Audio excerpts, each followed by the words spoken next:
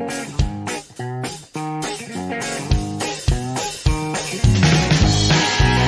and welcome to another episode of Gumbo Live. Here's your host, BJ from Board Game Gumbo.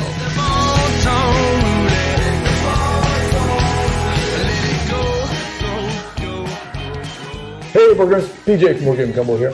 And Mitchell, back in the Gumbo. Back in the Gumbo Pot. Man, I am rusty. Mitchell, it's been a while. What has been happening in Sobo? I hear tickets are on sale. Yeah. So early bird tickets are on sale. According to on paper, it's for previous badge holders, but if you happen to go to the website, you might just get might be able to click on the link there. Yeah. And so I'll wear the shirt just for you. Just for me? Yeah. Okay, I appreciate that. So also, our guided playthroughs are all up and scheduled. We've opened up 4 of them as kind of a reward for you being an early bird badge holder. So also to incentivize you to come and get some early bird tickets. Right now, I think we have Merchants of the Dark Road. So many big games. Yeah, Squaring Circleville, Lords of Ragnarok. I don't remember what the 4th one is. We can't announce all of them. No, all of them are Okay, out. yeah. It's just I'm trying to think of the 4 that are on. Like you can get them right now. Foundations of Rome will be coming out. Yes. And it's the blinged out copy of both Foundations of Rome and Terraforming Mars. Yes. So I'm excited about the big one. Anybody that wants to play those. Yeah, exactly. You've never even seen it, have you? I think I've seen it at Dice Tower, but I've never played on a blinged out copy. So I played it on it once, and it's impressive. Dave has a copy, and it was really impressive with all the terrain as it built out. You know, there's something about blinging it out. You know, the game we're going to play tonight is it's a well-produced game. There's just something about it making it feel a little bit more thematic when you do that, don't you think? I agree. Usually, I prefer to save my money just to get more games instead of blinging out individual games. But if it's a game I really, really love, I could see spending a little bit extra. You're going to get to the point where you're like, I got enough games. Let me I don't know, but I recently had to buy a new shelf just because I was running out. My wife hated me for it. I realize I'm a board game hoarder. The few times I've gotten rid of games, I've regretted them. So, yeah, he's got the Leaning Tower of Games over there. Man, I got to be careful with that tower over there. I had one of those until I got my new shelf recently, but I don't know. I'm a hoarder. I struggle to get rid of games. Time. I struggle with it too, but it's time for culling, and we'll be selling a lot of the review copies that we have. Some, not all of them, but many of those are review copies. Not all of them. I bought the Goonies and the Pioneers, Paris Connection. Actually, there's a bunch that I actually bought, but we do like to sell some of the copies as a fundraiser for Sobo. Yeah, we're going to be having a bazaar at Sobo. So if you have a bunch of games you want to be selling, then look out for that soon. Time Roller checking in. What's up, Time Roller? We'll be playing some. Have you played? I have a contest with Time Roller. What's that? Well, we've only stumped him once. Once we have ever played a game on the show That he hasn't already played or owns. Actually, I think he owns all of them. So we're playing Roll Camera tonight. A cool game that Rado had reviewed. What was the one that he didn't have? I don't remember. Time Roller was like, "Oh wow, there's a game I haven't played yet." So I don't even remember. It was one. What about Twilight Inscription? Have you played that one? We're going to be playing that later. In fact, while you show that off, let me fix the camera real quick. I learned this game on Wednesday of last week, and I've played it 3 times already. Of course he has it. Yeah, we'll be playing that next. I think. He He has it. Of course. Pretty basic mechanics hidden in huge production. Yeah, so the thing about it is like anytime you pull it out and you start teaching somebody, like, whoa, this is a lot. There are a lot of symbols. And then you're like, oh, but you just use it to do this or this, this or this, this or this. And yeah, there's a lot to think about, but the basic mechanics are not horrible. I'm looking forward to playing that.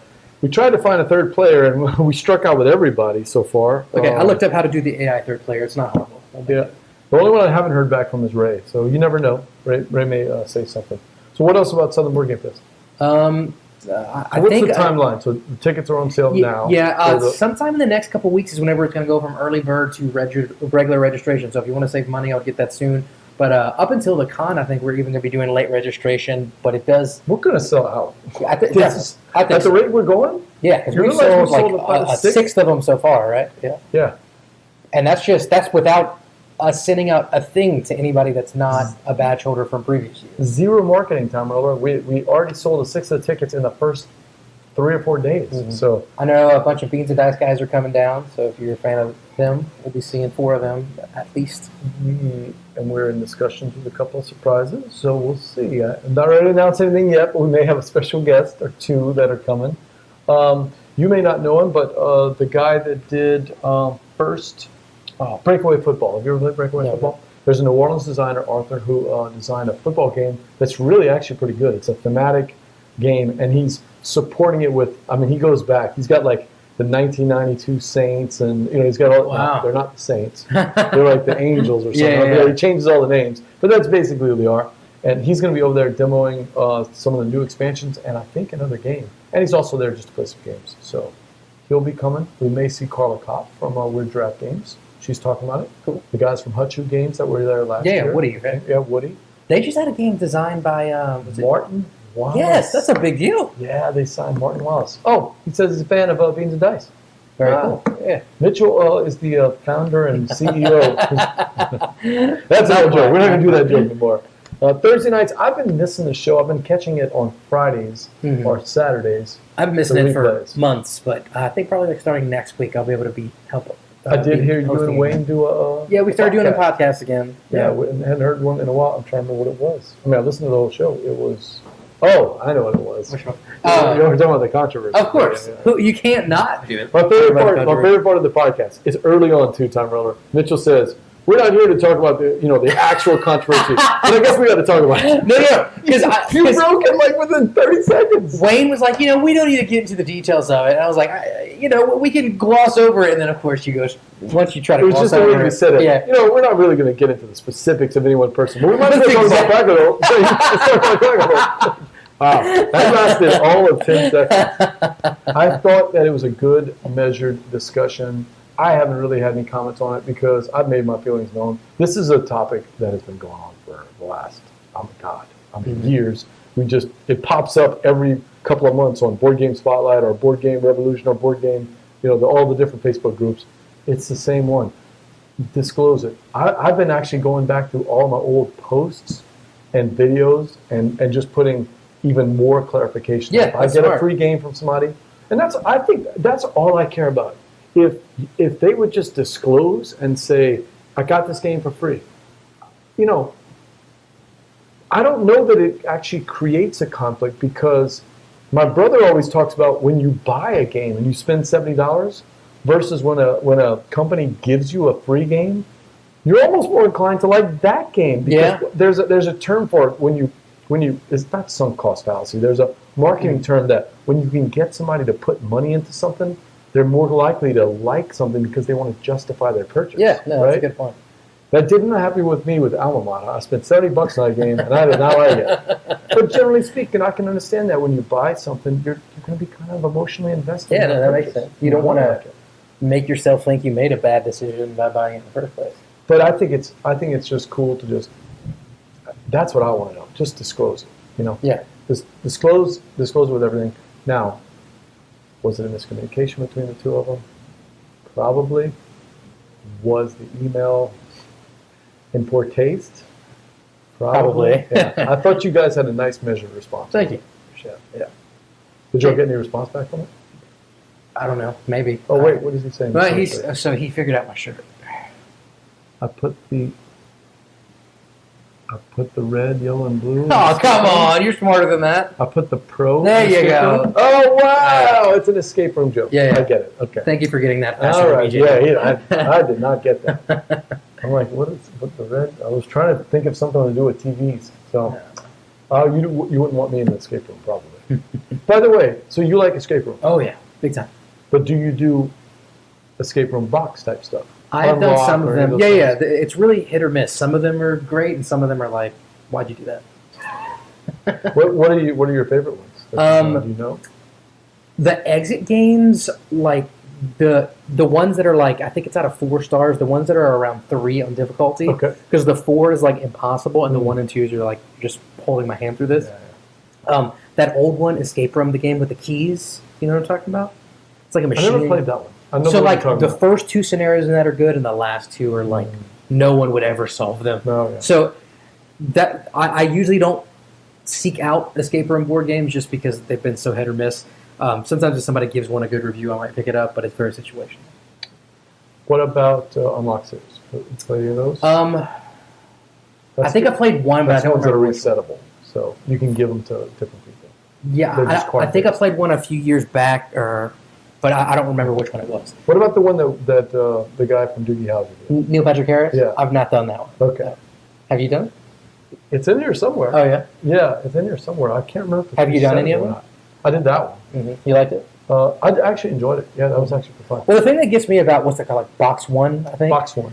I see this ad on Facebook, and it's like, board games are great, but there aren't any games you can play by yourself. I'm like, you don't know what you're talking about. There are plenty of games you can play by yourself. He has to know that's not true. There's plenty of them. You can play this one that we're playing by itself. I'm assuming you can play that. Yeah, there's an AI. So my favorite series, and I don't know if I have any handy, is not the Deckscape, but the Deck Detective series. It's by the same people. It's by DV Giochi, and it's an Italian company. And that one is, you actually open the box, so it's cards like Unlock. There's nothing you're going to be destroying, but you build the cards out in the center of the box, and it makes a diorama. I think that's what you call it, right? A diorama, you know what I'm talking about? Mm-hmm. So you actually got this little room, or a street, or a neighborhood. And as you're looking at the room, part of the game is the clues are on those cards in the you're a detective, detective examining the scene for clues. And as you go through the game, the cards are going to change, so the scene develops as you go through the game. That's different.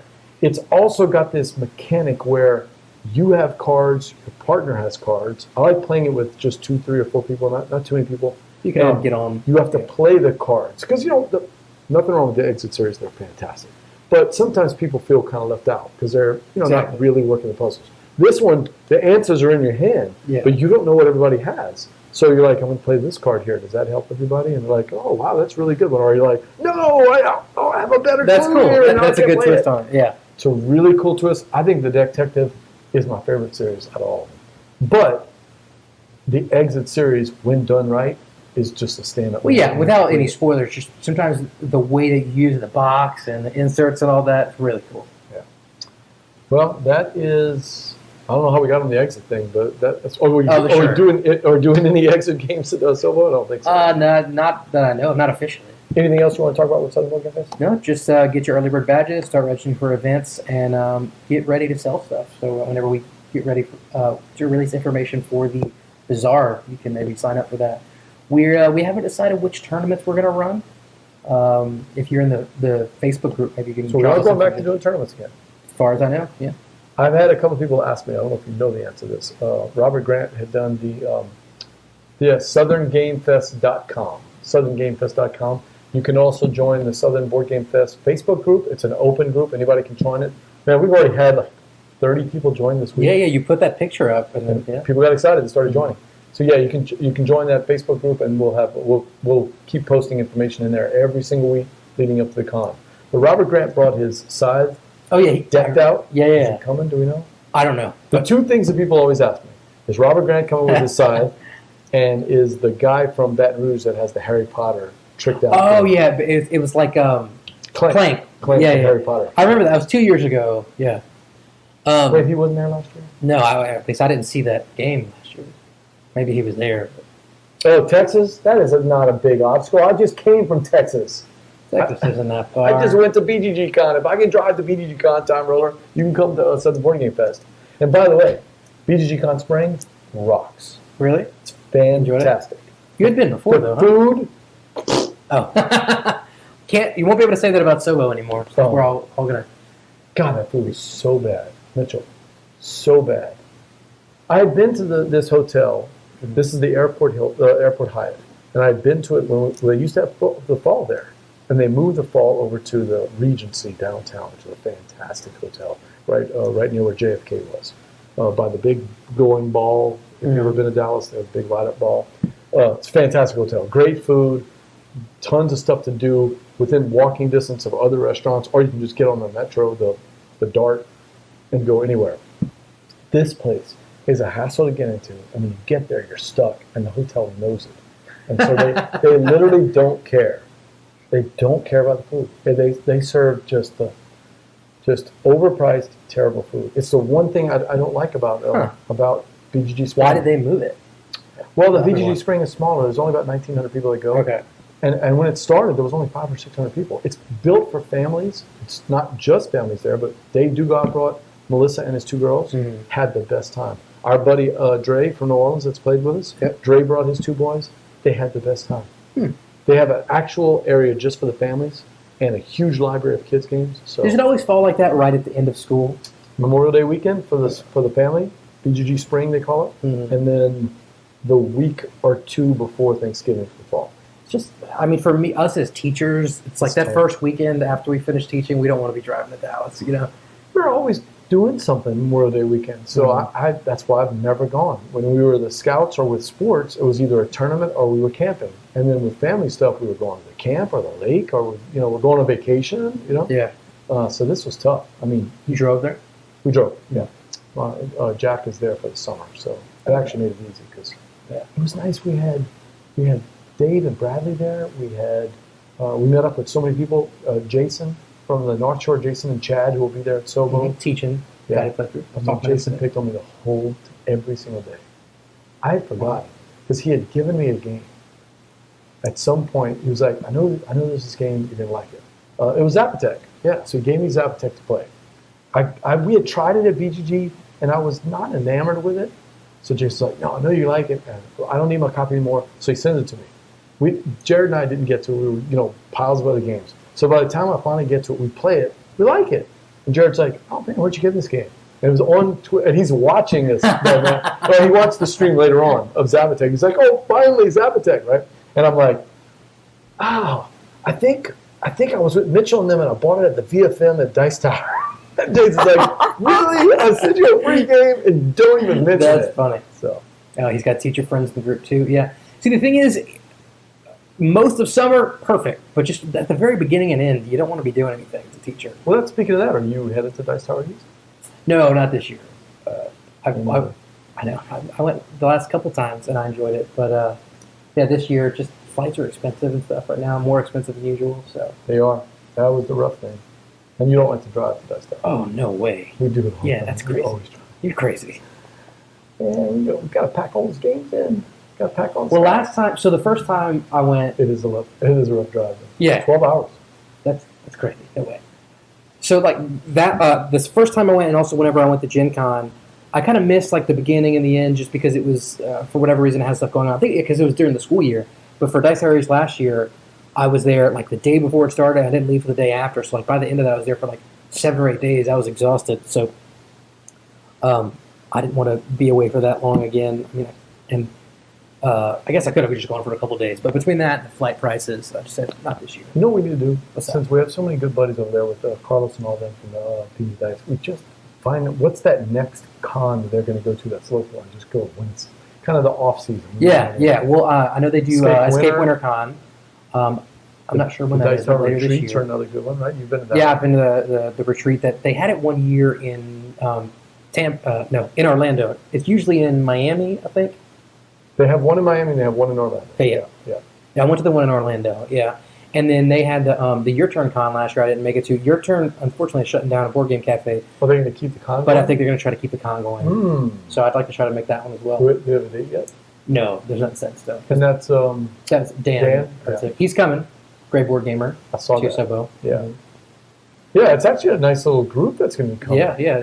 Nick Oben, who is on Beans and Dice all the time, and James Odek, who's been on a couple times, and then Rob of Beans and Dice, and Great Board Gamer Dan or Dick. The Gray Board Gamer. Yep. Oh, we have a good crew then. Mhm. Yeah. I tried to get the board boys to come, but it's a tough time in October, man. Yeah. And Blanico will not be there. Blanico is going to Europe for a whole month. He's doing Essen. Poor him. Yeah, I know. He's doing Essen and a bunch of other conventions out there. So he's like, next year, boys. So we'll see if we can get Blanico to come. Jeremy was talking about maybe trying to go to Origins, but it didn't work out. Is Jay going to Origins, I think? I think Jay has, for work, he's going to Origins. Yeah. And he's 50-50 on Sobo right now, which is better than what we thought. No, yeah. Jay just went to UK Games Expo for Panda I also. think he said in July he'll know for sure about Sobo. Yeah, based on what he's telling me, it's looking pretty good. So, Good. I mean, it's a time period whenever flights are pretty cheap to come this way. Mm-hmm. So, I mean, not a lot of people come. So, we'll see. Ready to do this game? Sure, let's do it.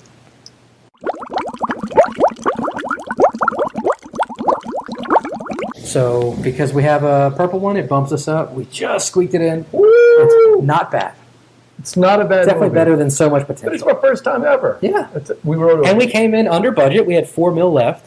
And we had, what is this, weeks maybe? 4 weeks? I'm not sure the title, Lethal Morons. That I don't know if I actually want to I see didn't even that. notice that. So- Maybe like a Dumb and Dumber. So Mal asked us to do this. At the end of it, the last of it is to tell us the script. So what happened? Oh, gosh. Is that a toilet? Okay, so this is a funny film, right? So the toilet's clogged, The toilet's clogged, right? and then he calls a plumber, but the plumber tries So to... who's our hero here? Okay. I mean, who is he? Come on, theater guy, Wayne. Come on, improv guy. How about his name is Wayne? Wayne. Yeah. Perfect. All right. So this is Wayne. Wayne clogs his toilet. You know, he had Okay. some beans. So this is a 30-minute movie about Wayne clogging his toilet, right? So Called he- Lethal Morons. All right. So he calls up the plumber. It looks like a bean, by the way. He does. It's Carlos. That is. He Carlos shows up as the Carlos plumber. shows up, right?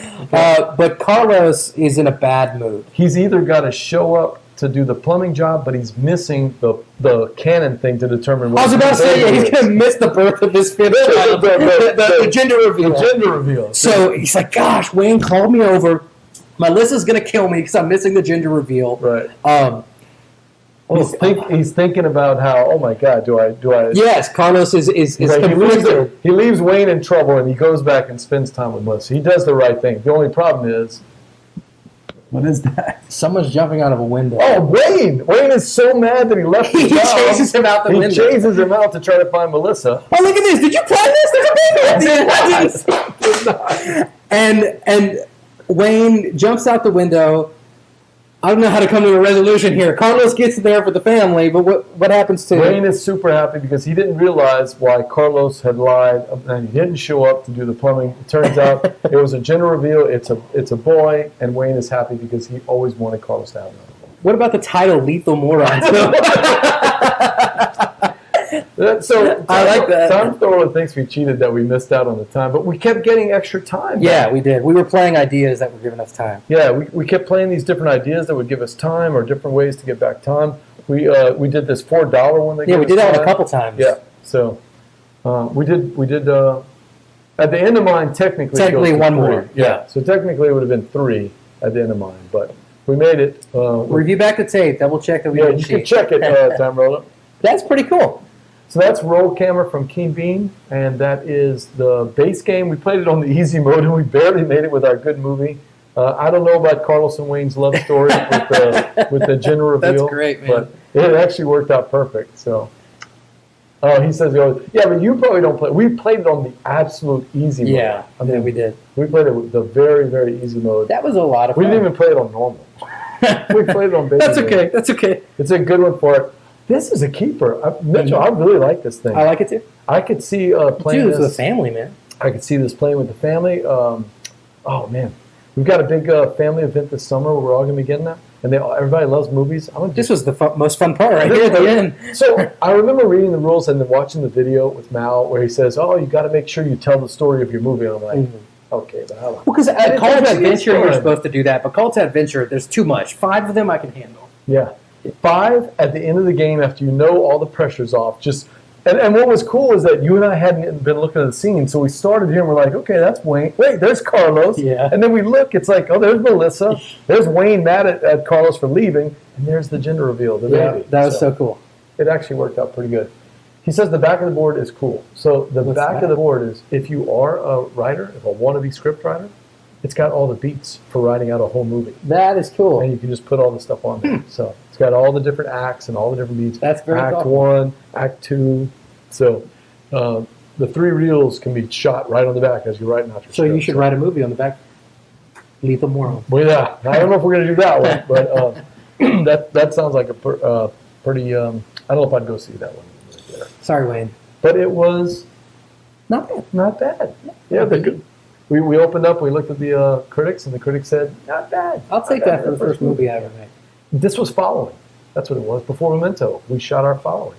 There You ever you go. seen? Are you a Memento fan? No. No. No. You watch any of the Christopher Nolan movies? I mean, he made some of the Inception. Batman ones, right? Inception. Batman. Yeah. This person was following. It's a little 30-minute black and white movie. Gotcha. This was basically following. Our following. That's what it was. Pretty cool. So to let you see, they do have 6 different characters. Can you play with up to 6, or is it only up to 4? He said you can when you get up to 5 or 6 because it's really made for 5 or 6. You just you do a little bit different with the cards. Everybody gets 2 cards instead of 3. Okay. It'd be too easy if you had that many. That many options. The ideas really saved us, don't you think? Definitely. If it wasn't for the ideas, we wouldn't have made it. Is Memento his best? Yes. Yeah. Memento. Oh, that's tough, Wayne. Don't put me on the spot there. Best Christopher Nolan? Inception is pretty good. Inception? The one where Al Pacino's in Alaska all night, like it never gets dark. I can't remember the name of it. He's a detective and he's trying to solve this murder, but he goes in Alaska during the summertime. Insomnia, that's it. And he's like, it's never nighttime here. And he's like slowly going insane. What was the one that I like so much about that? The Matthew McConaughey is an astronaut. Interstellar? Yes, that's a good one. That's such a good one. That is a good one. Dunkirk, I actually didn't like, even though most of the critics liked it, and my wall partner loved it. I haven't seen Dunkirk. But I need to watch it again. And I forgot the last one. The last one was a great movie, but the dialogue was from so low. I hate that. I have to watch with captions anyway. I had to watch the movie with captions because I could not understand a word. It was this really time travel-y one more. The Prestige was a great movie. Prestige was fantastic, man. Yeah. Come on. Tenet. Yeah, Tenet. That's the one. I've not seen that. The Prestige was fantastic. Oh, my God. And by the way, the book is just as good. Yeah, I didn't realize it was based on a book. It's based on a book. I have to read that. Christopher somebody. I can't think Not of Nolan. No. I read the book before the movie came out. And when I saw the movie was coming out, I was like, oh, my God, this is going to be fantastic. And it is. I gotta look that it's up. great. Dunkirk, I just need to see it again because for whatever reason, I was kind of distracted when I watch it on a small screen. Mm-hmm. That's one of those movies you got to see on a big I can see TV that, with yeah. great sound. So at the very same time, The Prestige came out, and there was another magician movie. They both came out the same year. I can't remember what the other That's one was. not Now You See Me, huh? Mm-mm. That was later. No. Wayne, look it up on Google, man. I can't remember. The Illusionist. That's it. Yeah, The Illusionist. Did you see either one of them? Yes, I saw both of those.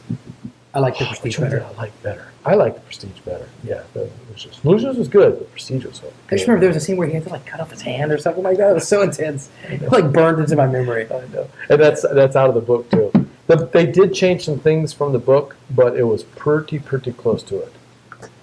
I'll take care of this if you want to start doing that. Okay. Look at this cool production. That is really cool. It's just The box is cool. It's a film canister, man. You just can't beat that. From Mitchell, it's BJ. Until next time, here's the other ball on the Take it easy.